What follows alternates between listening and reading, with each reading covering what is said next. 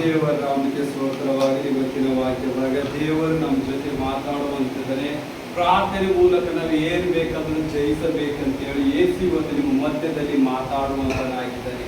ನಾವು ಇಲ್ಲಿ ಇಸ್ರಾಯೇಲನ್ನು ನೋಡ್ತೀವಿ. ಅವರು ಐಗುಪ್ತ ದೇಶದಿಂದ ಹೊರ ಬಂದಿದಾಗ ದೇವರು ಎಷ್ಟಾದ ಮಹತ್ವ ಕಾರ್ಯಗಳು ಮತ್ತು ಎಷ್ಟೆಲ್ಲ ಮಿರಕಲ್ಸ್ಗಳು ಮಾಡಿದನು. ಅವೆಲ್ಲವನ್ನು ವರ್ಣಿಸುತ್ತಾ ನಾವು ದೇವರ ಸನ್ನಿಧಿಗೆ ಹೋಗಬೇಕು. ಅವೆಲ್ಲ ಕಾರ್ಯಗಳು ನೆರವೇರಬೇಕಾದ್ರೆ ಮೋಶೆ ಮಾಡಿದ ಒಂದೇ ಕಾರ್ಯ ಏನು? ಪ್ರಾರ್ಥನೆ. ನಾವು ದೇವರ ಸಮ್ಮುಖದಲ್ಲಿ ಹೋಗಿ ಎಷ್ಟೆಲ್ಲ ಪ್ರಾರ್ಥಿಸ್ತೇವೆ, ಎಷ್ಟೆಲ್ಲ ವಿಜ್ಞಾಪನೆ ಮಾಡ್ತೇವಲ್ಲ, ಆ ಪ್ರಾರ್ಥನೆಗೆ ಉತ್ತರ ಕೊಡುವಂತ ದೇವರಾಗಿದ್ದಾನೆ. ಮೋಶೆ ಯಾವಾಗ ಹೋಗಿ ಪ್ರಾರ್ಥಿಸಿದಾಗ, ಯಾವಾಗ ಮಹತ್ವ ಕಾರ್ಯಗಳು ನಡೆದಾಗ, ಯಾವಾಗ ಐಗುಪ್ತ ದೇಶದಲ್ಲಿ ಹೊಸವಾದ ಕಾರ್ಯಗಳು ತೋರಿಸಿದ್ದಾರೆ ಯೇಸು, ಒಂದೊಂದು ಅದ್ಭುತ ಶಕ್ತಿಗಳು, ಅದೆಲ್ಲ ಯಾವಾಗ ಮೋಶೆ ಪ್ರಾರ್ಥಿಸಿದಾಗ ಆ ಕಾರ್ಯಗಳು ಆರಂಭವಾಗಿದ್ದವು. ಯಾವಾಗ ಮೋಶೆ ಪ್ರಾರಂಭಿಸಿದ ಪ್ರಾರ್ಥನೆ ಮಾಡುವಾಗ ಆ ಕಾರ್ಯಗಳೆಲ್ಲ ನಿಂತು ಹೋಗುತ್ತಾ ಇರುವುದು. ಅದಕ್ಕೆ ಇವತ್ತು ನಿಮ್ಮ ಜೀವಿತದಲ್ಲಿ ಪ್ರಾರ್ಥನೆ ಎನ್ನುವ ಈ ಪದ ಎಷ್ಟು ಅದ್ಭುತವಾಗಿದೆ.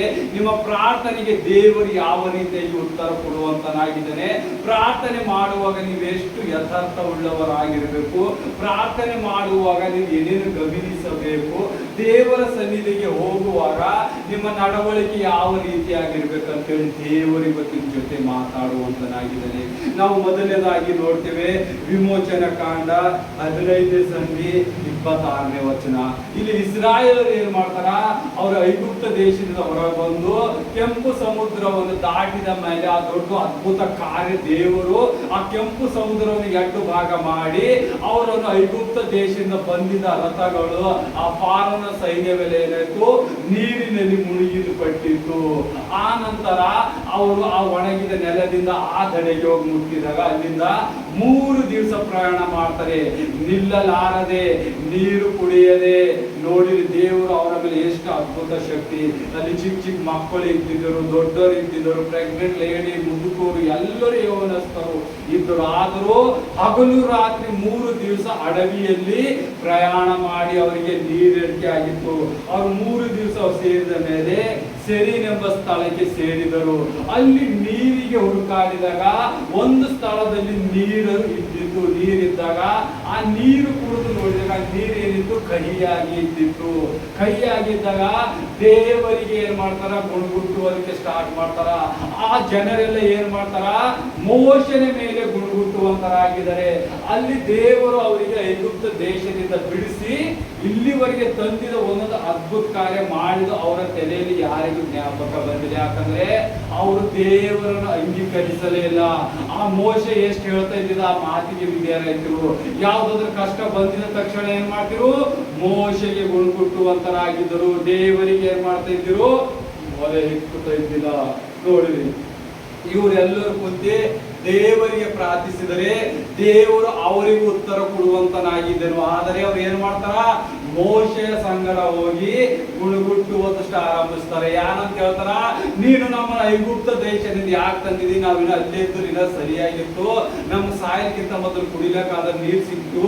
ನೀ ಅರಣ್ಯದಾಗ ತಂದಿ ನಮಗ್ ಕೊಲ್ಲಕ್ ತಂದಿದ್ಯಾ? ನೀ ಘೋರವಾದ ಜಂಗಲದಾಗ ನಮ್ಮನ್ನ ಯಾರು ನೀರು ಕುಡಿಸ್ತಾರ? ಈ ಕೈ ನೀರು ಯಾರು ನೀರು ಮಾಡ್ತಾರ? ಆದ್ರೂ ದೇವರು ಅವರ ಒಂದು ಗುಣಗುಟ್ಟಿಗೆ ಏನ್ ಮಾಡ್ತಾನ? ಶಾಂತವಾಗಿ ಕಾಯ್ದಾಡ್ತಾನೆ. ಯಾಕಂದ್ರೆ ಆತನ ವಾಗ್ದಾನಗಳನ್ನು ಪೂರೈಸುವಂತ ದೇವರಾಗಿದ್ದಾನೆ. ಆತನ ಅಬ್ರಾಹ್ಮನಿಗೆ ಮಾತು ಕೊಟ್ಟಿರ್ತಾನ, ನಿನ್ನ ಸಂತತಿಗೆ ಏನ್ ಮಾಡ್ತೇನೆ ನಾನು? ಹಾಲು ಜೇನು ಹರಿಯುವ ದೇಶದಲ್ಲಿ, ಕಾನಾನ್ ದೇಶದಲ್ಲಿ ಮತ್ತೆ ತಿರುಗಿ ಬರಮಾಡುತ್ತೇನೆ ಅಂತೇಳಿ ವಾಗ್ದಾನ ಮಾಡಿದ ಒಂದೇ ಕಾರಣಕ್ಕೆ ಅವರೆಷ್ಟೇ ದೇವರನ್ನು ಗುಣಗುಟ್ಟಿದರು ಅವ್ರಿಗೆ ಕ್ಷಮೆಪಣೆ ಮಾಡ್ತಾನೆ. ಆದರೆ ದುಷ್ಟಾತ್ಮನಿಂದ ಎಷ್ಟು ಜನಗಳಲ್ಲಿ ಕಾರ್ಯ ಮಾಡ್ತಿದ್ದಾರಲ್ಲ ಅವರಿಗೆಲ್ಲ ಹತವಾಗಿ ಮಾಡುವಂತ ದೇವರಿಗೆ ನೋಡ್ತೇವೆ. ನೋಡ್ರಿ, ದೇವರು ಏನ್ ಮಾಡ್ತಾರೆ? 26ನೇ ಸಂಧಿಯಲ್ಲಿ ನಾವು ನೋಡ್ತೇವೆ, ನೀವು ನಿಮ್ಮ ದೇವರಾದ ಯೆಹೋವನ ಮಾತು ಶ್ರದ್ಧೆಯಿಂದ ಕೇಳಿ ಆತನ ದೃಷ್ಟಿಗೆ ಸರಿಬೀಳುವುದನ್ನು ಮಾಡಿ ಆತನ ಯಜ್ಞಗಳಿಗೆ ವಿಧೇಯರಾಗಿದ್ದು ಆತನ ಕಟ್ಟಳೆಗಳನ್ನೆಲ್ಲ ಅನುಸರಿಸಿ ನಡೆದರೆ ನಾನು ಐಗುಪ್ತರಿಗೆ ಉಂಟು ಮಾಡಿದ ವ್ಯಾಧಿಗಳಲ್ಲಿ ಒಂದನ್ನು ನಿಮಗೆ ಬರಗೂಡಿಸುವುದಿಲ್ಲ.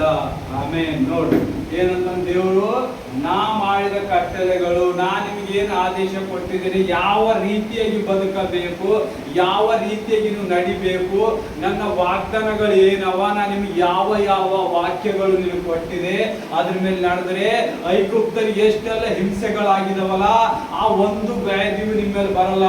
ಎಲ್ಲಿ ನೀವು ದೇವರಿಗೆ ಮೊದಲನೇದಾಗಿ ಮರ್ಯಾದೆ ಕೊಡಬೇಕು, ದೇವರ ವಾಕ್ಯಕ್ಕೆ ಶ್ರದ್ಧೆಯಿಂದ ಕಾಯ್ಕೊಂಡು ನಡಿಬೇಕು. ಮೂರನೇದಾಗಿ ದೇವರ ಮಾರ್ಗದ ಮೇಲೆ ನಡಿಬೇಕು. ದೇವರು ಇದು ತಪ್ಪಂತ ಹೇಳಿದ ಮೇಲೆ ನೀವು ತಪ್ಪಂತೆ ಕಾರ್ಯ ಹಿಡಿಬೇಕು. ನಿಮ್ ಕೈಯಿಂದ ಆಗ್ತಾ ಇಲ್ಲ ಅಂದ್ರೆ ದೇವ್ರ ಏನಂತ, ನನಗೆ ಪ್ರಾರ್ಥಿಸು, ನಿನ್ ರೋಗ ಹೋಗ್ತಾ ಇಲ್ಲ ಪ್ರಾರ್ಥಿಸು. ಮುಂದೆ ನೋಡಿ ಓದ್ತೇವೆ ಏನಂತನ, ಯೆಹೋವನೆಂಬ ನಾನೇ ನಿಮಗೆ ಆರೋಗ್ಯದಾಯಕನು. ಆಮೆನ್. ನೋಡು, ಆರೋಗ್ಯದಾಯಕನಂದ್ರೆ ಯೆಹೋವ ರಾಫ. ಯೆಹೋವ ರಾಫ ಅಂದ್ರೆ ಯೆಹೋವನೆಂಬ ನಾನೇ ನಿಮಗೆ ಆರೋಗ್ಯದಾಯಕನು. ಯಾವಾಗ ನೀವು ಅನಾರೋಗ್ಯದಲ್ಲಿ ಬಿದ್ದಾಗ ಏನ್ ಮಾಡ್ಬೇಕು, ಯೆಹೋವ ರಾಫ ನೀನೇನು ವಾಗ್ದಾನ ಮಾಡಿರಿ, ನೀನು ಆರೋಗ್ಯದಾಯಕನಾಗಿ ನಮ್ಮನ್ನು ಕಾಯ್ದು ಕಾಪಾಡ್ತಿದ್ದೀರಿ. ಈ ರೋಗದಿಂದ ನಮ್ಮ ಪ್ರತಿನಿತ್ಯ ಯಾಕೆ ಹೋಗ್ತಾ ಇಲ್ಲ ಅಂದ್ರೆ ದೇವರು ಏನನ್ನ, ನನ್ನ ಆಜ್ಞೆಗಳು ಕೈಕೊಂಡು ನಡೆದೇ ಹೋದರೆ ನಿಮ್ಗೆ ಏನ್ ಮಾಡ್ತೆ, ಐಗುಪ್ತರಿಗೆ ಯಾವ ರೀತಿಯಾಗಿ ರೋಗ ಬರಿಸಿದೆ ಆ ರೋಗಗಳು ನಿಮ್ಮಲ್ಲಿ ಬರ ಮಾಡ್ತೇನೆ ಅಂತ ಹೇಳಿದ್ದಾನೆ. ನೋಡ್ರಿ, ದೇವರು ಯಾವುದು ಪಾಪ ನೋಡುವುದಿಲ್ಲ. ನೀವು ಮಾಡುವ ಪಾಪಕ್ಕೆ ದೇವರು ಕೊಡುವಂತ ರೋಗಗಳು ಬರುವಂತದಾಗಿದೆ. ದೇವರಿಗೆ ಆ ವಿದ್ಯತೆ ಆದಾಗ ಮಾತ್ರ ಏನಾಗ್ತದ, ನಿಮಗ್ ರೋಗಗಳು ಬರುವುದು ಸ್ಟಾರ್ಟ್ ಆಗ್ತದ. ಎಲ್ಲಿವರೆಗೆ ನಿಮಗೊಂದು ರೋಗ ಬಂದದಂತ ತಿಳ್ಕೋಬೇಕು, ನಾವು ಪಾಪದಲ್ಲಿ ಅತಿ ಘೋರವಾಗಿ ಬಿದ್ದೋಗಿದ್ದೆವು. ನಾವು ಅಲ್ಲಿ ನೋಡ್ತೇವೆ, ಹೊಸ ಒಡಂಬಡಿಕೆಯಲ್ಲಿ ನೋಡ್ತೇವೆ, ಮತ್ತಾಯನಲ್ಲಿ ಒಬ್ಬನು 38 ವರ್ಷದಿಂದ ಕಾಲಿಲ್ಲದೆ ಬಿದ್ದಿರ್ತಾನೆ, ಬೇಡ್ಕೊಲ ಕೂಡ್ತಾನೆ ಅಲ್ಲೇ 38 ವರ್ಷ ಆದ್ಮೇಲೆ ದೇವರು ಅವನ ಸನ್ನಿಧಿಗೆ ಹೋಗ್ತಾರ. ಅವನ ನೋಡಿ ಅವನಿಗೆ ಕರುಣೆ ಪಟ್ಟು 31 ವರ್ಷ 8 ವರ್ಷದಿಂದ ಇವನು ಇದೇ ಹಾಸಿಗೆಯಲ್ಲಿ ಇದೇ ಜಾಗದಲ್ಲಿ ಪ್ರತಿನಿತ್ಯ ಬೇಡ್ಕೊಳಕ್ ಬೀಳ್ತಾನಲ್ಲ ಅಂತ ಹೇಳಿ ಕನಿಕಾರ ಪಟ್ಟಿ ಅವನ ಕಾಲುಗಳು ಬರು ಮಾಡುವಂತೆ ಸ್ವಸ್ಥ ಮಾಡ್ತಾನೆ. ಆದರೆ ದೇವರು ತಿರುಗಿ ಏನ್ ಹೇಳ್ತಾನೆ ಅವನಿಗೆ, ನೀನು ಇನ್ನು ಮುಂದೆ ಪಾಪ ಮಾಡಬೇಡ, ನೀನು ಘೋರವಾಗಿ ಪಾಪ ಮಾಡಿದಕ್ಕಾಗಿ ನಿನಗೆ ಈ ರೋಗ ಬಂದಿತ್ತು. ನಿನ್ನ 2 ಕಾಲುಗಳು ನಾಡಿಯೋಕೆ ನಿನ್ನ ಮೈ ಎಲ್ಲ ಏನಿತ್ತು ಒಂದು ಸುಂದು ಬಿದ್ದಿದ, ಕೈ ಕಾಲಲ್ಲಿ ಬಲ ಇದ್ದಿದ, ಅವನಿಗೆ ಎರಡು ಕಾಲುಗಳು ಇಲ್ಲದ ಏನಂತ ದೇವರು, ನೀನು ಘೋರ ಪಾಪ ಮಾಡಿದಿ ಹಿಂದ, ಅದಕ್ಕಾಗಿ ನಿನಗೆ ಈ ರೋಗ ಬಂದಿತ್ತು ಅಂತ ಹೇಳ್ತಾ. ನೋಡ್ರಿ, ಯಾವಾಗ ನಮ್ಗೆ ರೋಗದ ಒಂದು ಹಾಸಿಗೆ ಬಂತು, ರೋಗದ ಕಾರ್ಯದಲ್ಲಿ ನಾವು ನಡೆಯುತ್ತೇವೋ, ನಾವು ಲೋಕಕ್ಕೆ ಯೇಸುವಿಗೆ ವಿರೋಧವಾಗಿ ನಡೆದ ತಿಳ್ಕೋಬೇಕು, ಇದು ಪಾಪದಿಂದ ಬಂದಿದ ರೋಗ. ಅದರಿಂದ ಹೊರ ಬರಬೇಕಾದ್ರೆ ಪಶ್ಚಾತ್ತಾಪದ ಪ್ರಾರ್ಥನೆ ಮೊದಲನೇದಾಗಿ ಅಂಗೀಕರಿಸಬೇಕು. ನಮ್ಮ ಪಾಪಗಳು ಯಾವ್ಯಾವ ನಾವು ದೇವರ ಮುಂದೆ ಅಂಗೀಕರಿಸಿದಾಗ ಮಾತ್ರ ನಮ್ಮ ಪಾಪಗಳು ಬಿಡಿಸಲ್ಪಡ್ತದ. ಯೇಸು ನಿಮ್ಮ ಹೃದಯದಲ್ಲಿ ಬರ್ತಾನ, ನೀವು ಯಥಾರ್ಥ ಮನಸ್ಸಿನಿಂದವರು ಆಗ್ಬೇಕು, ಅವಾಗ ನಿಮ್ಮ ಪಾಪ ಕ್ಷಮಿಸಲ್ಪಡುವಂತದಾಗ್ತದ. ಎರಡನೇದಾಗಿ ನಿತ್ಯವಾಗಿ ಪ್ರಾರ್ಥಿಸಬೇಕು. ಪ್ರಾರ್ಥನೆ ಮಾಡಿದಾಗ ನಿಮ್ಮ ಪಾಪಗಳು, ನಿಮ್ಮ ದ್ರೋಹಗಳು, ನೀವು ಯಾರ ಹೃದಯ ನೋಯಿಸ್ತಾ ಇದ್ದೀರಿ, ಯಾರ ಮನಸ್ಸು ಕೊಲ್ಲುತ್ತಾ ಇದ್ದೀರಿ, ಯಾರಿಗೇನು ಹೊಂಚಾಗ್ತಾ ಇದ್ದೀರಿ ಎಂಬುದು ನಿಮಗೆ ಪವಿತ್ರಾತ್ಮನು ಪ್ರತಿನಿತ್ಯ ಮಾತಾಡುವಂತನಾಗಿದ್ದಾನೆ. ಆ ಮಾತಾಡಿದಾಗ ನೀವು ಪವಿತ್ರಾತ್ಮನಿಗೆ ಕಾರ್ಯ ಮಾಡಿ ನಡೆಯುತ್ತಾ ಇರ್ತೀರಿ. ಅವಾಗ ನಿಮ್ಗೆ ಅರು ಹುಟ್ಟುತ್ತದೆ, ಹೌದು ಇದು ಮಾಡುವುದು ತಪ್ಪಾದ ಕೆಲಸ, ನಾನು ಯೇಸುವಿನ ಆಜ್ಞೆ ಮೇಲೆ ಯೇಸುವಿನ ಮಾತಿನ ಮೇಲೆ ನಡಿಬೇಕಂತೇಳಿ ಇಲ್ಲಿ ದೇವರು ಮಾಡಿದ ವಾಗ್ದಾನ ಮೇಲೆ ನಡೀತೀರಿ. ಅದೇ ರೀತಿಯಾಗಿ ಆ 38 ವರ್ಷ ಕಾಲಿಲ್ಲದೆ ಬಿದ್ದಿದ್ದವನಿಗೆ ಯೇಸು ಕರುಣೆ ಪಟ್ಟಿ ಅವನನ್ನು ಕ್ಷಮಿಸಿ ಮತ್ತೆ ಅವನಿಗೆ ಬೋಧಿಸಲ್ಪಡ್ತಾನೆ. ಏನಂತ, ಇನ್ಮುಂದೆ ಪಾಪ ಮಾಡಬೇಡ, ಹಿಂದೆ ನೀನು ಮಾಡಿದ ಪಾಪಕ್ಕೆ 38 ವರ್ಷ ನೀನು ಗಾಳಿದಿ, ಮತ್ತೆ ಮುಂದೆ ಪಾಪ ಮಾಡದಿಂದ ನರಕದ ಬಾಗಿ ನಿನ್ನ ಮರಣಕ್ಕೆ ಹೋಗ್ತಿ ಅಂತ ದೇವರು ಹೇಳ್ತಾನ. ಆದರೂ ದೇವರು ಇಷ್ಟು ಕನಿಕಾರ ಉಳ್ಳವನಾಗಿದ್ದಾನೆ. ನೀನು ಪಾಪ ಮಾಡಿದಾಗ ನೀನು ಪಶ್ಚಾತ್ತಾಪ ಪಟ್ಟಾಗ ಎಲ್ಲ ನಿನ್ನನ್ನು ಕ್ಷಮಿಸಿ ನಿನ್ನನ್ನು ರಕ್ಷಿಸುವಂತನಾಗಿದ್ದಾನೆ. ಯಾಕಂದರೆ ಆತ ನಮ್ಮ ಪಾಪಗಳು ಹೊತ್ತುಕೊಳ್ಳುವುದಕ್ಕಾಗಿ ಲೋಕದ ಮೇಲೆ ಬಂದ, ಆತನ ಪಾಪವನ್ನು ಜಯಿಸಿದ, ನಮಗಾಗಿ ಆತನ ಪಾಪ ಸ್ವರೂಪಿಯಾದ. ಆದರೆ ನೀವು ಬಿಡಲಾರದಂತ ಒಂದು ಮಾರ್ಗ ಬಿಡದೆ ಯೇಸುವಿನ ಹೃದಯ ಪ್ರತಿನಿತ್ಯ ನೋಯಿಸ್ತಾ ಇರ್ತೀರಿ. ಆದರೆ ಯೇಸು ಕ್ಷಮಿಸುವಂತನಾಗಿದ್ದಾನೆ. ಪವಿತ್ರಾತ್ಮ ದೇವರು ಕ್ಷಮಿಸಲ್ಲ. ಪವಿತ್ರಾತ್ಮ ದೇವರ ಹೃದಯ ನೋಯಿಸಿದರೆ ಆತ ನಿಮ್ಮ ಸನ್ನಿಧಿಯಲ್ಲಿ ಬಂದು ನಿಲ್ಲುವಂತನಲ್ಲ. ಈ ಪವಿತ್ರಾತ್ಮ ದೇವರಂದ್ರೆ ಯಾರು? ಆತನು ಒಬ್ಬ ದೇವರಾಗಿದ್ದಾನೆ. ಆತ ನಿಮ್ಮ ರೋಗದಿಂದ, ನಿಮ್ಮ ಚಿಂತೆ, ದುಃಖ, ಭಾರ, ಸೈತಾನ್, ಶೋಧನೆಗಳು, ಮಾಟ ಮಂತ್ರ ಇದ್ರ ಎಲ್ಲದಿಂದ ಬಿಡಿಸುವಂತನು ಈ ಪವಿತ್ರಾತ್ಮ ದೇವರೇ. ಆ ಪವಿತ್ರಾತ್ಮ ದೇವರು ನಿಮ್ಮಲ್ಲಿ ವಾಸಿಸಲೆಂದರೆ ನಿಮಗೆ ಮರಣದ ಗತಿ ಒಂದೇ. ಯಾಕಂದ್ರೆ ದುರಾತ್ಮನು ನಿಮ್ಮ ಮೇಲೆ ಹಾವಿಯಾಗ್ತಾನ. ನಿಮ್ಮನ್ನು ಯಾರು ನೋಡ್ಕೊಳ್ಳುವರಿಲ್ಲ ಅಂದರೆ, ನಿಮಗೆ ಯಾರು ನೋಡುವರಿಲ್ಲ ಅಂದರೆ ದುರಾತ್ಮನು ನಿಮ್ಮನ್ನು ನೋಡುವಂತನಾಗಿದ್ದಾನೆ. ಆ ದುರಾತ್ಮನು ಏನ್ ಮಾಡ್ತಾನೆ, ನಿಮ್ಮ ದಿನನಿತ್ಯ ಕಷ್ಟದಲ್ಲಿ ಹಾಕಿ ಹಾಕಿ ರೋಗ ಸಮಸ್ಯೆ ಚಿಂತೆ ಸಾಲ ಎದುರಲ್ಲ ಹಾಕಿ ಹಾಕಿ ಹಾಕಿ ನಿಮ್ಮ ಆತ್ಮವನ್ನು ಕುಂದಿಸಿ ಏನ್ ಮಾಡ್ತಾನ, ಮರಣಕ್ಕೆ ಒಯ್ಯುವಂತನಾಗಿದ್ದಾನೆ.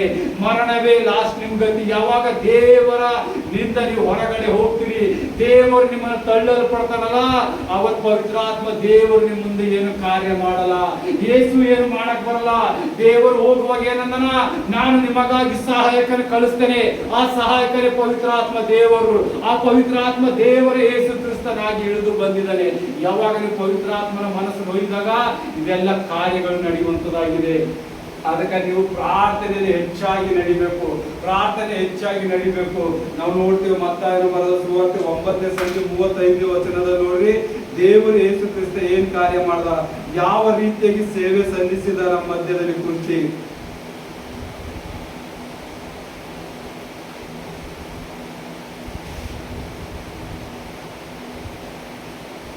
ಯೇಸು ಎಲ್ಲ ಊರುಗಳನ್ನು ಹಳ್ಳಿ ಪಳ್ಳಿಗಳನ್ನು ಸುತ್ತಿಕೊಂಡು ಅವರ ಸಭಾ ಮಂದಿರಗಳಲ್ಲಿ ಉಪದೇಶ ಮಾಡುತ್ತಾ ಪರಲೋಕ ರಾಜ್ಯದ ಸುವಾರ್ತೆಯನ್ನು ಸಾರಿ ಹೇಳುತ್ತಾ ಎಲ್ಲ ತರದ ಬ್ಯಾನೆಗಳನ್ನು, ಎಲ್ಲ ತರದ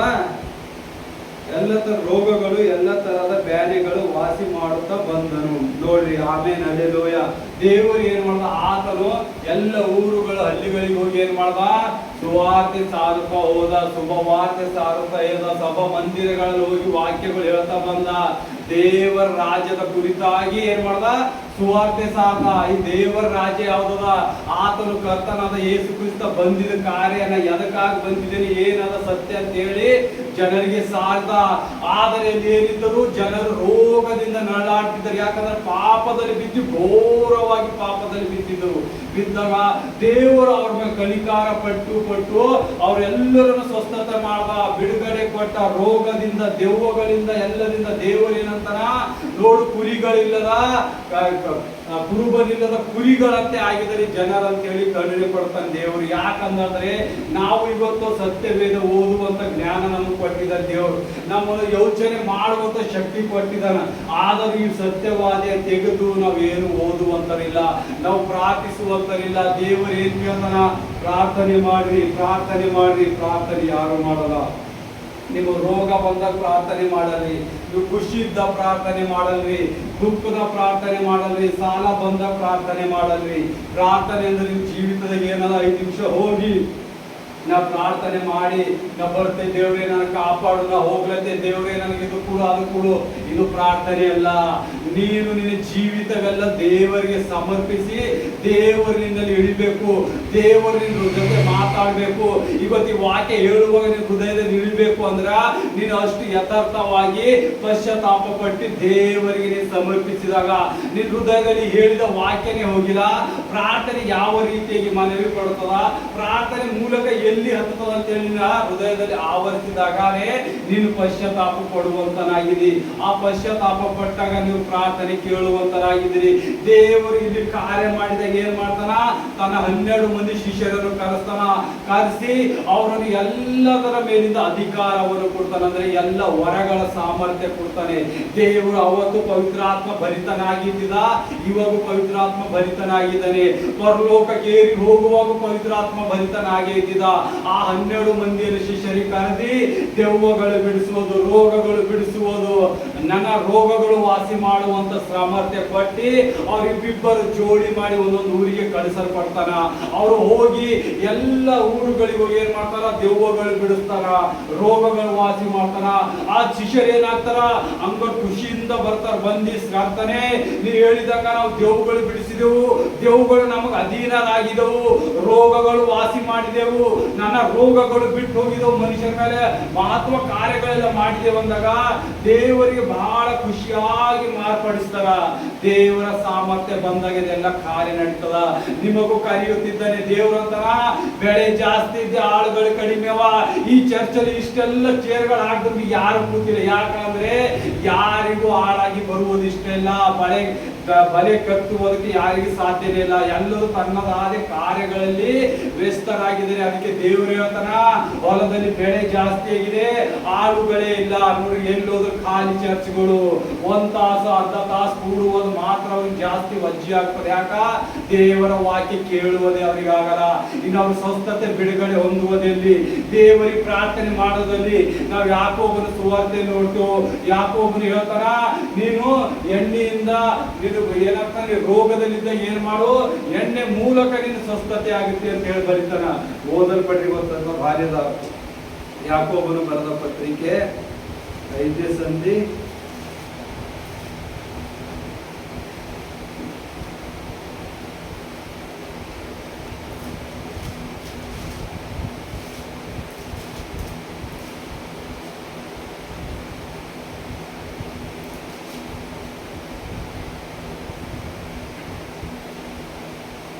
'ನಿಮ್ಮಲ್ಲಿ ಆಸ್ಪದವಾಗಿರುವವನು ಇದ್ದಾನೋ ಅವನು ಸಭೆಯ ಹಿರಿಯರನ್ನು ಕರೆ ಕಳುಹಿಸಿ ಅವರು ಕರ್ತನ ಹೆಸರಿನಿಂದ ಅವನಿಗೆ ಎಣ್ಣೆ ಹಚ್ಚಿ ಅವನಿಗೋಸ್ಕರ ದೇವರನ್ನು ಪ್ರಾರ್ಥಿಸಲಿ.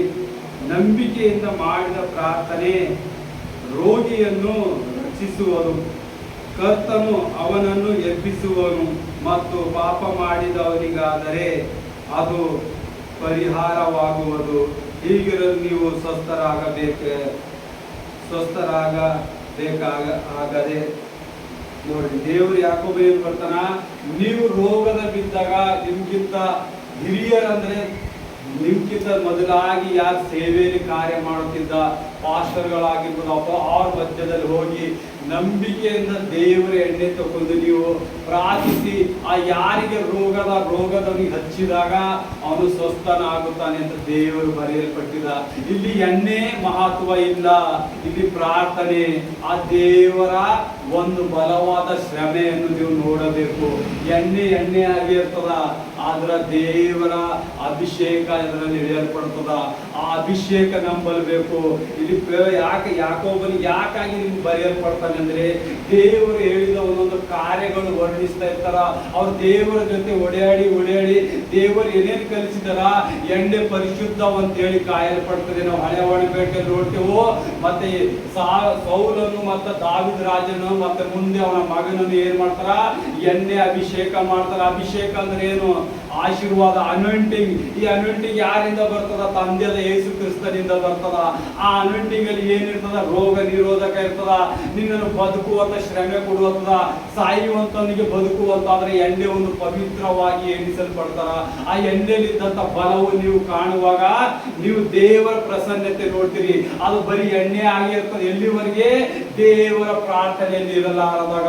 ನಾವು ನೋಡ್ತೇವೆ, ಫಿಲಿಪ್ಪನು ತಿಮೋತಿಗೆ ಏನಾಗ್ತದ, ಎಲ್ಲೋ ನೀರು ಕುಡಿದು ಅವ್ರು ಏನಂತಾರ, ಆಸ್ಪದಕವಾಗಿ ಬಹಳ ರೋಗದಲ್ಲಿ ಬಿದ್ದಿರ್ತಾನ, ಸಾಯುವ ಪರಿಸ್ಥಿತಿಯಲ್ಲಿ ಇರ್ತಾನ. ಅವಾಗ ಪೌಲನು ಏನ್ ಮಾಡ್ತಾನ, ಅವನಿಗಾಗಿ ಪ್ರಾರ್ಥಿಸಲ್ಪಡ್ತಾನ. ಅವನ ಮೇಲೆ ಕೈ ಇಕ್ಕಿ ಪ್ರಾರ್ಥಿಸ್ತಾನೆ. ಅವನಿಗೆ ಏನ್ ಮಾಡ್ತಾನ, ದ್ರಾಕ್ಷರಸವು ಬೆರೆಸಿ ಕುಡಿಸಿದಾಗ ಅವನ ಆರೋಗ್ಯವಂತನಾಗುವಂತ ನೋಡ್ತೇವೆ. ನೋಡಿ, ದೇವರು ಒಂದೊಂದು ಕಾರ್ಯಕ್ಕೂ ಏನ್ ಮಾಡಿದ್ದೇನೆ, ಪ್ರಾರ್ಥನೆ. ಅದೇ ಪೌಲನು ಏನ್ ಮಾಡ್ತಾನ, ಅಸರ್ ಸೀಮೆಗೆ ಹೋದಾಗ ಒಬ್ಬ ಸೇವಕನ ಮನೆಯಲ್ಲಿ ಅವನ ತಂದೆ ಏನಾಗ್ತಾನ, ಜ್ವರದಿಂದ ರಕ್ತ ಕಾರುವಂತನಾಗಿರ್ತಾನೆ. ಅಲ್ಲಿ ಪೌಲನು ಏನ್ ಮಾಡ್ತಾನ, ಏನಾದ್ರೂ ಹೊಸದಾದ ಜಡಿಬುಟ್ಟಿ ಕೊಡಲ್ಲ. ಅಲ್ಲಿ ಮೊಳಕಾಲು ಊರಿ ಆ ಮನುಷ್ಯನನ್ನ ಕೈ ಮುಟ್ಟಿ ಪ್ರಾರ್ಥಿಸ್ತಾನ. ಅವಾಗ ಅವನ ಸ್ವಸ್ಥತೆ ಹೊಂದುವಂತನಾಗಿದ್ದಾನೆ. ಏನ್ ಮಾಡಿದನು? ಕರ್ತನಾದ ಯೇಸು ಕ್ರಿಸ್ತನ ಹೆಸರಲ್ಲಿ ಏನ್ ಮಾಡ್ದ? ಪ್ರಾರ್ಥನೆ ಮಾಡ್ದ. ಅದೇ ಹಡಗಿನಲ್ಲಿ ಹೋಗುವಾಗ ಪ್ರಾಯದ ಹುಡುಗ ಏನ್ ಮಾಡ್ತಾನ, ಕಿಟಕಿಯಲ್ಲಿ ಕೂಡ್ತಾನ ಮ್ಯಾಲ 2ನೇ ಫ್ಲೋರಲ್ಲಿ. ಅವ್ನು ಎತ್ತಿ ಕೆಳಗೆ ಬಿದ್ದು ಸತ್ತು ಹೋಗಲ್ಪಡ್ತಾನ. ಪೌಲನ್ ಏನ್ ಮಾಡ್ತಾನ, ಅವನು ಸತ್ತಿಲ್ಲ ಅಂತ ಹೇಳಿ ಅವ್ರ ರೂಮಿಗೆ ಕರ್ಕೊಂಡು ಏನ್ ಮಾಡ್ತಾನ, ಪ್ರಾರ್ಥನೆ ಮಾಡ್ತಾನ. ಜಸ್ಟ್ ಏನ್ ಮಾಡ್ತಾನ? ದೇವರಿಗೆ ಮಹಿಮೆ ಪಡಿಸ್ತಾನ. ಆ ಸತ್ತೋಗಿದ ಹುಡುಗ ಏನ್ ಮಾಡ್ತಾನ? ಪ್ರಾಯದವನು ಎದ್ದು ಕೂಡುವಂತನಾಗಿದ್ದಾನೆ. ಅದೇ ಪೌಲನು ಅದೇ ಸೀಮೆಯಲ್ಲಿ ಒಂದು ದಡಕ್ಕೆ ಇಳಿದು ಒಂದು ಊರಲ್ಲಿ ಹೋದಾಗ ಚಳಿಗಾಲ ಹೆಚ್ಚಾದಾಗ ಏನ್ ಮಾಡ್ತಾನ? ಒಂದು ಕಟ್ಟಿಗೆಗಳು ತೆಲ್ಲಕ್ಕೆ ಹೋಗಿ ಬೆಂಕಿ ಕಾಸ್ಕೊಳಕ್ ಹೋಗಿ ಕಟ್ಟಿ ತರುವಾಗ ಅವನಿಗೆ ಹಾವು ಕಚ್ಚಲ್ಪಡ್ತದ. ಆ ಹಾವಿಗೆ ಏನ್ ಮಾಡ್ತಾನೆ? ಬೆಂಕಿಯಲ್ಲಿ ಚೆಲ್ತಾನ. ನನಗೆ ಹಾವು ಕಚ್ಚದಂತ ಊರೆಲ್ಲ ಓಡಾಡಿಲ್ಲವ, ದೇವರಿಗೆ ಪ್ರಾರ್ಥನೆ ಮಾಡಿ ಎಲ್ಲೇ ಮಲ್ಕೋತಾನ. ಅಲ್ಲಿದ್ದ ಸುತ್ತ ಮಂದಿ ಅಂತಾರ, ಆಯ್ತವ ಸತ್ತೋದನಲ್ಲೇ ಹಾವು ಕಚ್ಚಿ ಅಂತಾರ. ಆದ್ರ ಎದ್ದಿ ಮತ್ತೆ ಸುವಾರ್ತೆ ಸಾರುವುದಷ್ಟು ಪ್ರಾರಂಭ ಮಾಡ್ತಾನ. ಎದ್ದಿದ್ದ ಬಲ ಬಂತು ಪೌಲಿಗೆ. ಪವಿತ್ರ ಆತ್ಮ ದೇವರು ಇವತ್ತು ನಿಮ್ಮ ಜೀವಿತದಲ್ಲಿ ಇಷ್ಟೆಲ್ಲ ಕಾರ್ಯಗಳು ದೇವರು ಮಾಡಿದ್ರೆ ಒಂದು ವರ್ಣಿಸರಿ. ನೀವು ಒಣ ಅದೇ ಪಾಪದ ಜೀವಿತ, ಅಪಾಪದ ಜೀವಿತ, ಬಾಯಲ್ಲಿ ಏನ್ ಬರ್ತದ, ಹೊಟ್ಟೆ ಒಳಗೆ ಏನ್ ಕಾಡ್ಬೇಕು ಅದೆಲ್ಲ ಮಾತುಗಳಿಂದ ಆಡಿ ಆಡಿ ದೇವರಿಗೆ ಆವಿಧೇಯರಾಗ್ತಾ ಇದ್ದೀರಿ. ದೇವರ ಕಾರ್ಯಕ್ಕೆ ಆವಿಧೇಯರಾಗಿ ದೇವರಲ್ಲಿ ಭಯ ಭಕ್ತಿ ಇಲ್ಲ. ದೇವರಲ್ಲಿ ಯಾಕೋಬನ ಮುಖಾಂತರ ಬರೆಯಲ್ಪಡ್ತಾನ. ಏನಂತ? ಎಣ್ಣೆ ಹಚ್ಚಿ ಪ್ರಾರ್ಥಿಸ್ರಿ, ರೋಗಗಳು ವಾಸಿ ಆಗ್ತಾವ. ಪೌಲನ ಏನ್ ಮಾಡ್ತಾನ? ಅಸರ್ ಸೀಮೆಗೆ ಹೋದಾಗ ಅಲ್ಲಿ ಒಂದು ಸಭೆ ಆಗ್ತದ. ಎಲ್ಲರೂ ಜನರು ಬಂದಾಗ ಎಣ್ಣೆ ಮೂಲಕ ಆತರ ಹುಡುಕು ಮುಟ್ಟಿದಾಗ ಏನಾಗ್ತಾರ? ಜನರು ಸ್ವಸ್ಥತೆ ಆಗುವಂತದ್ದಿದ್ದಾರೆ, ದೆವ್ವಗಳು ಬಿಟ್ಟು ಹೋಗ್ತದೆ. ಆದರೆ ಅದೇ ಕಾಲದಲ್ಲಿ ಅಲ್ಲಿಬ್ಬ ಜನರಿರ್ತಾರೆ, ಪರಿಸರ ಮಕ್ಕಳು. ಅವ್ರು ಏನ್ ಮಾಡ್ತಾರ? ಹಣಕ್ಕಾಗಿದೆ, ಹಣ ಸಂಪಾದಿಸ್ಬೇಕಂತ ಏನ್ ಮಾಡ್ತಾರ? ಎಣ್ಣೆ ತಕೊಂಡು ಜನರಿಗೆ ಸ್ವಸ್ಥ ಮಾಡ್ತೆ ಅಂತೇಳಿ ಎಣ್ಣೆ ಹಚ್ಚಿ ಸ್ವಸ್ಥ ಮಾಡ್ತಾರ. ಆದ್ರೆ ನಿಜವಾದ ಅಲ್ಲಿ ದೆವ್ವಿನ ಕಾರ್ಯಗಳು ನಡೀತದ. ಆ ಸೈತಾನನು ಹೇಳ್ತದ, ನಾನು ಪೌಲನನ್ನು ಬಲ್ಲೆನು, ಯೇಸು ಕ್ರಿಸ್ತನನ್ನು ನಾನು ಮುನ್ನಡೆತೆ. ಈ ಇಬ್ಬರು ಯಾರ ವ್ಯಕ್ತಿ, ಇವ್ರು ಯಾರ ಹೆಸರ ಮೇಲೆ ಬಿಡಿಸ್ಕೊತಾರ ಅಂತ ಹೇಳಿ ಏನ್ ಮಾಡ್ತದ? ಅವರಿಬ್ಬರನ್ನು ಹೊಡೆದಿ ಬಲಾತ್ಕಾರ ಮಾಡ್ತಾರೆ. ಯಾಕಂದ್ರೆ ಸೈತಾನನಿಗೆ ಗೊತ್ತದ ಯಾರು ಎಷ್ಟಾಗಿ ಪ್ರಾರ್ಥನೆ ಮಾಡ್ತೀರಿ, ಯಾರು ಎಷ್ಟಾಗಿ ದೇವರಲ್ಲಿದ್ದೀರಿ. ದುರಾತ್ಮನಿಗೆ ಎಲ್ಲ ತಿಳಿಯುವಂತದಾಗಿದೆ. ಆ ಇಬ್ಬರ ವ್ಯಕ್ತಿಗಳಿಗೆ ಹೊಡೆದಿದ್ದ ದುಷ್ಟಾತ್ಮವು ಇವತ್ತು ನಿಮ್ಮಲ್ಲೂ ಕಾರ್ಯ ಮಾಡ್ತದ. ನೀವು ಎಲ್ಲಿ ವೀಕ್ನೆಸ್ ಇದ್ದೀರಿ, ಎಲ್ಲಿ ದೇವರಿಗೆ ಆವಿಧೇಯತೆ ಮಾಡ್ತೀರಿ, ಆ ದುಷ್ಟಾತ್ಮನಿಗೆ ಎಲ್ಲ ಗೊತ್ತದ. ಅವರಿಬ್ಬರು ಸುಮ್ಮನಾಗಿ ಎಣ್ಣೆ ಹಚ್ಚುತ್ತಾ ಮಂದಿಯಲ್ಲಿ ಏನ್ ಮಾಡ್ತಿದ್ರು? ಹಣ ಸಂಪಾದಿಸುವ ಒಂದು ವ್ಯಾಪಾರ ಸ್ಟಾರ್ಟ್ ಮಾಡಿದ್ರು. ಆ ವ್ಯಾಪಾರಕ್ಕೆ ಏನಾಯ್ತು? ಆ ದುರಾತ್ಮನೆ ನಿಲ್ಲಿಸಿದೆ. ಯಾಕಂದ್ರ ಇವನೇ ಒಬ್ಬ ದುಷ್ಟಾತ್ಮನಾಗಿ ದೆವ್ವಿಗೆ ದೇವು ಯಾವ ರೀತಿಯಾಗಿ ಓಡಿಸ್ತಾನ. ಈ ಮಾತಿನಲ್ಲಿ ಬರ್ತದ, ಪರಿಸಾಯರಂತನ ಇವ ಜಿಬದೇಲನ ಸೇವಕನನ ಅವನ ಮೂಲಕ ಇವ್ ದೇವ್ ಬಿಡಿಸ್ತಾನಂದ್ರ ದೇವ್ರಂತನ ದೆವ್ವಿಗೆ ದೇವ್ ಎಲ್ಲಾದ್ರೂ ಬಿಡಿಸ್ತದ ತೋರಿಸುವಂತನ. ಇವಾಗ ಅಲ್ಲಿ ಸಾಬೀತಾಯ್ತು ದೇವರಲ್ಲಿ ಹೇಳಿದ ಮಾತು. ಆ ದುಷ್ಟಾತ್ಮಗಳು ಏನ್ ಮಾಡ್ತಾವ? ಆ ದುಷ್ಟಾತ್ಮನ ಸುಳ್ಳು ಸುಳ್ಳು ಹೇಳೋನಿಗೆ ಮೈ ಎಲ್ಲ ಹುಡಿತದ ಸೈತಾನನು. ದೇವರ ರಾಜ್ಯದಲ್ಲಿ ಬಲವಿದೆ. ಅದಕ್ಕೆ ಪ್ರಾರ್ಥನೆಯಲ್ಲಿ ನಿರಂತರವಾಗಿರ್ಬೇಕು. ನೋಡ್, ಒಬ್ಬ ದೇವ ಸೇವಕ ತಿಮೋತಿ ಪೌಲನ ಜೊತೆ ಇರುವಂತವನು ರೋಗದಲ್ಲಿ ಬಿದ್ದು ಸಾಯುವ ಪರಿಸ್ಥಿತಿಯಲ್ಲಿ ಇದ್ದಾಗ ಏನ್ ಮಾಡ್ತಾನ? ಪೌಲನ ಪ್ರಾರ್ಥಿಸುತ್ತಾನ. ಆ ತಿಮೋತಿ ಸ್ವಸ್ಥನ ಆಗಲ್ಪಡುತ್ತಾನೆ. ಅದೇ ರೀತಿಯಾಗಿ ನಾವು ಎಷ್ಟೆಲ್ಲ ಕಾರ್ಯಗಳು ನೋಡ್ತೇವೆ. ಪೇತ್ರನ್ನು ನೋಡ್ತೇವೆ. ಪೀಟರ್ ಏನ್ ಮಾಡ್ತಾನ? ದೇವರು ಹೋಗಿದ ಮೇಲೆ ಅವನಿಗೆ ಬಲವಾದ ಸಾಮರ್ಥ್ಯ, ಪವಿತ್ರ ಆತ್ಮನ ಅವನ ನೆರಳಿನ ಮೂಲಕ ರೋಗಗಳು ಸ್ವಸ್ಥವಾದವು, ದೆವ್ವಗಳು ಬಿಟ್ಟು ಹೋದವು. ಎದರಿಂದ? ಆತನ ನೆರಳಿಂದ, ಖಾಲಿ ಶಾಡೋಲಿಂದ. ಅಂತ ಬಲವಾದ ಶಕ್ತಿ ನಿಮ್ಮ ಮೇಲೆ ಇಳಿಸುವಂತ ದೇವರಾಗಿದ್ದಾನೆ. ಅದಕ್ಕೆಲ್ಲ ಏನ್ ಕಾರಣ ಅದ? ಪ್ರಾರ್ಥನೆ ಮಾಡಬೇಕು. ದೇವರಿಗೆ ಏನ್ ವಿಧೇಯತೆ ಅದ, ದೇವರಿಗೆ ಯಾವುದು ಕೆಟ್ಟವಾದ ಕೆಲಸವಾದ, ದೇವರಿಗೆ ಅದಕ್ಕೆ ಹೇಸುತ್ತಾನ, ಇದೆಲ್ಲ ನೀವು ಪರಿಚಯ ಮಾಡ್ಕೋಬೇಕು. ಇಲ್ಲ ನನಗೆ ಇದೇ ಜೀವನ ಇಷ್ಟ ಅದ ಅಂದ್ರೆ ನರಕದ ಭಾಗ್ಯ ರೆಡಿ ಇದೆ. ಫಸ್ಟ್ ನರಕ ಈ ಭೂಮಿ ಮೇಲೆ, ಎರಡನೇ ನರಕ ಮೇಲಿದೆ.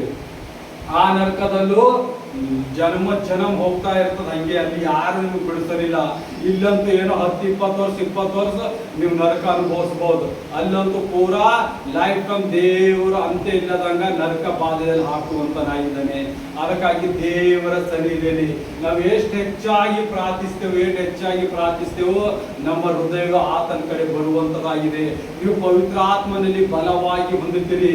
ಏಂಜಲ್ಗಳು ನಿಮ್ಮ ಸುತ್ತ ಬರುವಂತರಾಗಿದ್ದಾರೆ. ನಿಮ್ಗೆ ಶೋಧನೆ ಬರೋಕ್ಕಿಂತ ಮುಂಚೆಗೆ ಆತನೇ ನಿಮಗಾಗಿ ಯುದ್ಧ ಮಾಡುವಂತನಾಗಿದ್ದಾನೆ. ಇದಕ್ಕೆ ನೀರಿಗಿಂತ ಹೆಚ್ಚಿಗಾಗಿ ದೇವರು ಇರಬೇಕು. ಆ ಇಸ್ರಾಯೇಲರಿಗೆ ಕೈ ನೀರಿಗೆ ಏನ್ ಮಾಡ ದೇವರು ಅದೇ ತಪ್ಪಲು ಮತ್ತೆ ಅದೇ ಎಣ್ಣೆ ಅಂತ ಹೇಳ್ಕೊರಿ, ಆ ತಪ್ಪಲು ಒಳಗೆ ಹಾಕಿದಾಗ ಆ ನೀರು ಸಿಹಿ ಆಗಿತ್ತು, ಆ ಎಣ್ಣೆ ಹಚ್ಚಿದಾಗ ಆ ರೋಗವು ಸ್ವಸ್ಥವಾಗಿತ್ತು. ಇಲ್ಲಿ ಎಲ್ಲದರಲ್ಲಿ ಒಂದೇ ಕಾರ್ಯ, ಯೇಸುವಿನ ಆತ್ಮವೇ ಚಲಿಸ್ತೈತೆ. ಅಲ್ಲ ಯಾವ ಎಣ್ಣೆಯು ಸ್ವಸ್ಥ ಮಾಡ್ತಾ ಇದ್ದಿಲ್ಲ, ಯಾವ ಗಿಡದ ಎಲೆಯು ಸ್ವಸ್ಥ ಮಾಡ್ತಾ ಇದ್ದಿಲ್ಲ. ಪ್ರಾರ್ಥನೆ ಮೂಲಕ, ನಂಬಿಕೆ ಮೂಲಕ ಯೇಸು ಹೇಳಿದ ಹಾಗೆ ನೀ ಎಲಿ ಹಾಕು, ಸ್ವಸ್ಥತೆ ಆಯ್ತು. ಎಲಿಶಗೆ ಏನ್ ಹೇಳ್ದ, ಬಾಯಿದಾಗ ಉಪ್ಪು ಹಾಕು, ಉಪ್ಪು ಹಾಕಿದಾಗ ಊರಿಗೆಲ್ಲ ರಕ್ಷಣೆ ಆಯ್ತು. ರಕ್ಷಣೆ ಆಗದಲ್ಲಿ ಅವರೆಲ್ಲ ಯೇಸು ಕ್ರಿಸ್ತ ನಂಬುವಂತರಾದರು ಎಲಿಶನ ಮೂಲಕ. ಅದೇ ದೇವರು ಇವತ್ತು ನಿಮ್ಮಲ್ಲಿ ಕಾರ್ಯ ಮಾಡುವಂತನಾಗಿದ್ದಾನೆ. ನೀವೆಷ್ಟೇ ಹೃದಯ ಬಂದಿರ್ಬೋದು, ಹೃದಯದಲ್ಲಿ ಕಠಿಣ ಇದ್ದಿರ್ಬೇಕು, ರೋಗ, ಚಿಂತೆ, ದುಃಖ, ಸುಳ್ಳು, ಮೋಸ ಬೇಕಾಗದೆಲ್ಲ ಮಾಡಿರ್ಬೇಕಾದ್ರೆ ದೇವರಿನ ಸಮ್ಮುಖದಲ್ಲಿ ನಿಂತರ ಆ ಆಶೀರ್ವಾದ ಕೊಡುವಂತನಾಗಿದ್ದಾನೆ. ಆಮೇಲೆ ವಾಕ್ಯಕ್ಕಾಗಿ ಸ್ತೋತ್ರ ಯೇಸುವೆ, ಪ್ರಾರ್ಥಿಸೋಣ. ಅಪ್ಪ ತಂದೆ ಯೇಸುವೆ, ನಿನ್ನ ಪರಿಶುದ್ಧ ನಾಮಕ್ಕಾಗಿ ಸ್ತೋತ್ರ ಯೇಸಪ್ಪ, ಈ ಅದ್ಭುತ ಕಾರ್ಯಕ್ಕಾಗಿ ಸ್ತೋತ್ರ ಯೇಸಪ್ಪ. ನಿನ್ನಲ್ಲಿ ಬಲವಾಗಿ ಪ್ರಾರ್ಥಿಸುವಂತೆ ಈ ಮಕ್ಕಳನ್ನು ಕಾರ್ಯ ಮಾಡಿಸಿ ಯೇಸಪ್ಪ. ಈ ಬಂದಿದ್ದ ಎಲ್ಲ ಮಕ್ಕಳ ಮೇಲಿನ ಆಶೀರ್ವಾದ, ಅಭಿಷೇಕ, ಉನ್ನತದ ಅಭಿಷೇಕದ ಮಳೆ ಇಳಿದು ಬರಲಿ. ಎಲ್ಲ ದುಷ್ಟಾತ್ಮಗಳು, ಮಾಟ ಮಂತ್ರ, ಪಿಶಾಚಿ, ರೋಗ, ದರಿದ್ರ ಎಲ್ಲ ಮುರಿಯಲ್ಪಡಲಿ. ಸುಖ, ಜೀವನ, ಶಾಂತಿ, ಸಮಾಧಾನ, ಕಾಲುವೆ ನೀರಲ್ಲಿ ಬೆಳೆದ ಗಿಡದಂತೆ ಬೆಳೆದಿ ಮಕ್ಕಳು ಉನ್ನತಿ ಎನಿಸಲಿ ಯೇಸಪ್ಪ. ಇನ್ನು ಹೆಚ್ಚಾಗಿ ಅಭಿವೃದ್ಧಿ ಪಡೆಯಲಿ. 1000 ತಲೆವರೆಗೂ ನಿನ್ನನ್ನು ಆರಾಧಿಸುವಂತೆ ಇವರು ಮಕ್ಕಳ ಸಂತಾನದವರೆಗೆ ಹೆಚ್ಚಾಗಲಿ ಬರಲಿ. ಸುಖ ಸಮೃದ್ಧಿಯಿಂದ ಸ್ವಾಮಿ ಫೈನಾನ್ಸಿಯಲ್ ಬ್ರೇಕ್ ಥ್ರೂ ಮಾಡಿ ಮಕ್ಕಳ ಮೇಲೆ ಯೇಸಪ್ಪ. ಆರೋಗ್ಯ ಭರಿತರಾಗಿಡಿ ಯೇಸಪ್ಪ. ದುರಾತ್ಮನ ಒಂದೊಂದು ಕಾರ್ಯಗಳು ಆಲೋಚನೆಯಲ್ಲಿ, ಥಿಂಕಿಂಗ್ ಅಲ್ಲಿ ಮಾಡುವ ಕಾರ್ಯದಲ್ಲಿ ಮುರಿದು ಪಡೆಯಲಿ. ನಿನ್ನ ಆಲೋಚನೆ, ನಿನ್ನ ಜ್ಞಾನ, ನಿನ್ನ ವಿವೇಕದಿಂದ ಮಕ್ಕಳನ್ನು ತುಂಬಿ ಅಭಿವೃದ್ಧಿಪಡಿಸಿ ಯೇಸಪ್ಪ. ಇದು ಬಂದಿದೆ ಎಲ್ಲ ಮಕ್ಕಳ ಮೇಲಿನ ಅಭಿವೃದ್ಧಿ, ಅಭಿಷೇಕದ ಮಳೆ ಸುರಿಸಿದ್ದಕ್ಕಾಗಿ ಸ್ತೋತ್ರ. ಈ ಮಕ್ಕಳ ಮೇಲೆ 120 ವರ್ಷ ಆಯುಷ್ ಕೊಡು, ಸುಖ ಸಮೃದ್ಧಿ ಶಾಂತಿಯಿಂದ ಅಭಿಷೇಕಿಸು. ಈ ಸಭೆಯಲ್ಲಿ ಬಂದ ಎಲ್ಲ ಮಕ್ಕಳಿಗೆ ಹೆಚ್ಚಾಗಿ ಉಪಯುಕ್ತಿ ಪಡಿಸಪ್ಪ. ಎಲ್ಲ ನಿನ್ನ ಮಕ್ಕಳಿನ ಕೈಗೊಪ್ಪಿಸ್ತೇನೆ, ಜೀವನ ತಂದೆ ಯೇಸುವೆ. ಆಮೇನ್, ಆಮೇನ್. ನನ್ನ ಮನವೇ ಯೆಹೋವನನ್ನು ಕೊಂಡಾಡು, ನನ್ನ ಸರ್ವೇಂದ್ರಿಗಳ ಆತನ ಪವಿತ್ರ ನಾಮವನ್ನು ಕೀರ್ತಿಸಿರಿ. ನನ್ನ ಮನವೇ ಯೆಹೋವನನ್ನು ಕೊಂಡಾಡು, ಆತನು ಮಾಡಿದ ಉಪಕಾರಗಳಲ್ಲಿ ಒಂದೂ ಮರೆಯಬೇಡ. Amen, amen. Praise the lord.